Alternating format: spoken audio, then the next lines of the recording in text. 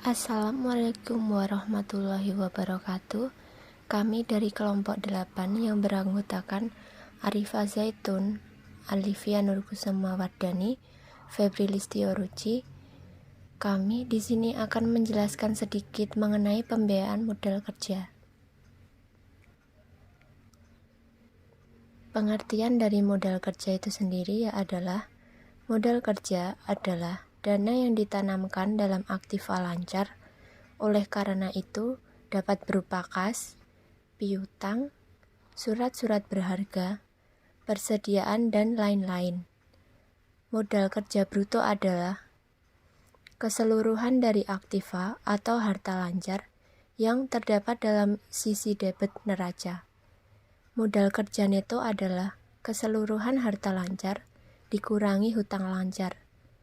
Dengan kata lain, modal kerja neto adalah selisih antara aktiva lancar dikurangi dengan hutang lancar.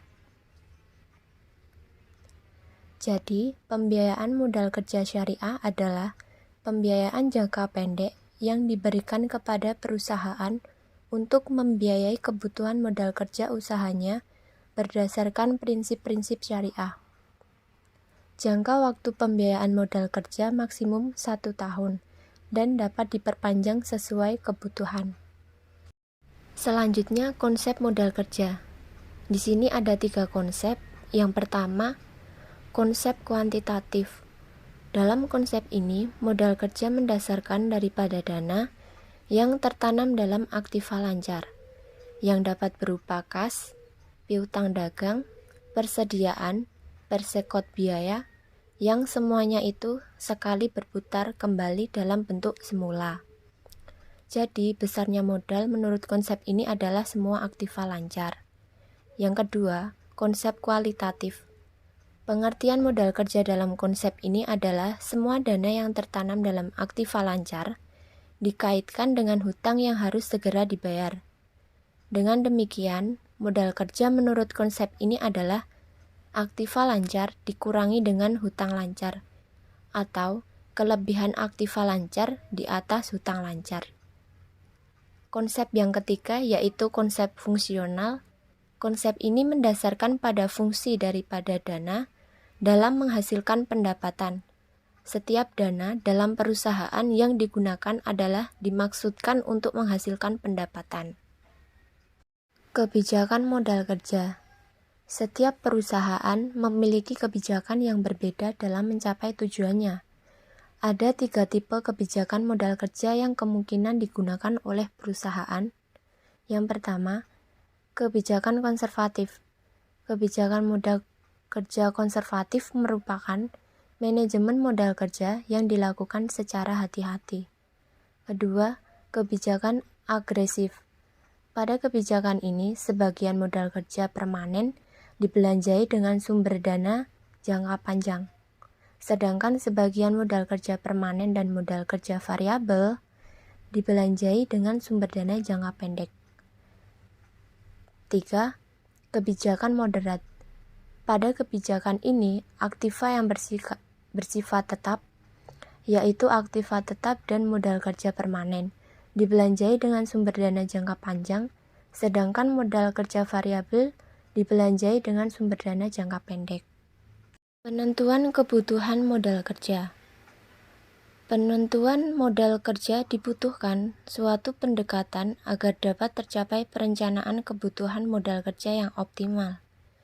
Komponen modal kerja harus dilakukan secara optimal, yang berarti bahwa modal kerja tidak terlalu besar dan tidak terlalu kecil. Sebab, jika kekurangan modal kerja, maka hal ini akan menimbulkan kerugian bagi perusahaan, karena dapat menghambat aktivitas perusahaan. Sebaliknya, penentuan modal kerja menunjukkan adanya pengelolaan dana yang tidak efisien, sehingga mengakibatkan dana menganggur.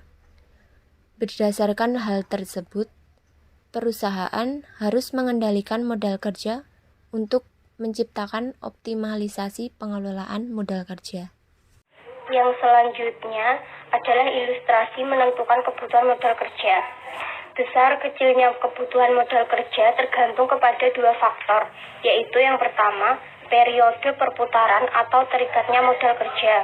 Yang kedua, pengeluaran kas rata-rata setiap harinya.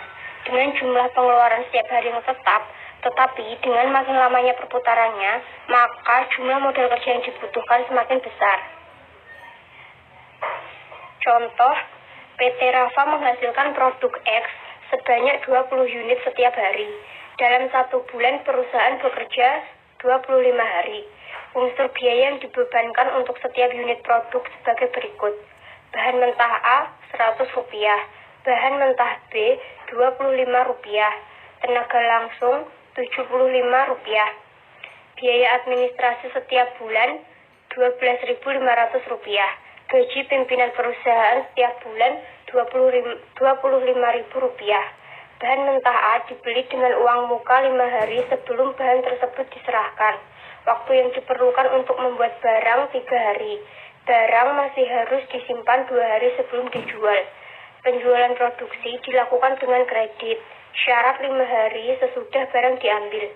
Perusahaan menginginkan persediaan kas untuk berjaga-jaga Rp25.000.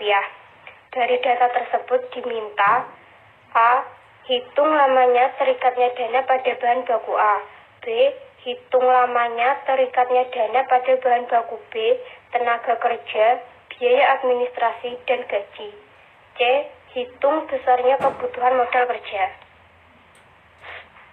Penyelesaiannya A. Lamanya terikatnya dana pada bahan baku A. Diketahui persekot 5 hari, proses produksi 3 hari, barang jadi 2 hari, piutang dagang 5 hari. Total 15 hari. B. Lamanya terikatnya dana pada bahan baku B, tenaga kerja, biaya administrasi, dan gaji.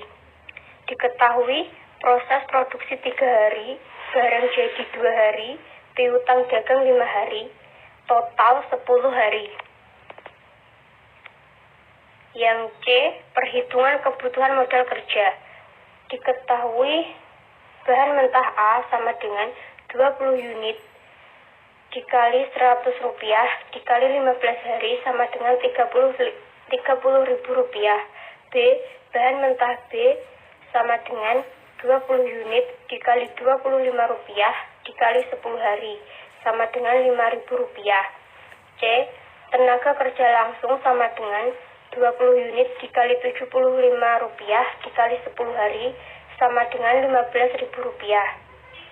Biaya administrasi dan gaji pimpinan Rp12.500 ditambah Rp25.000 sama dengan Rp37.500 dibagi 25 hari dikali 20 unit sama dengan Rp75.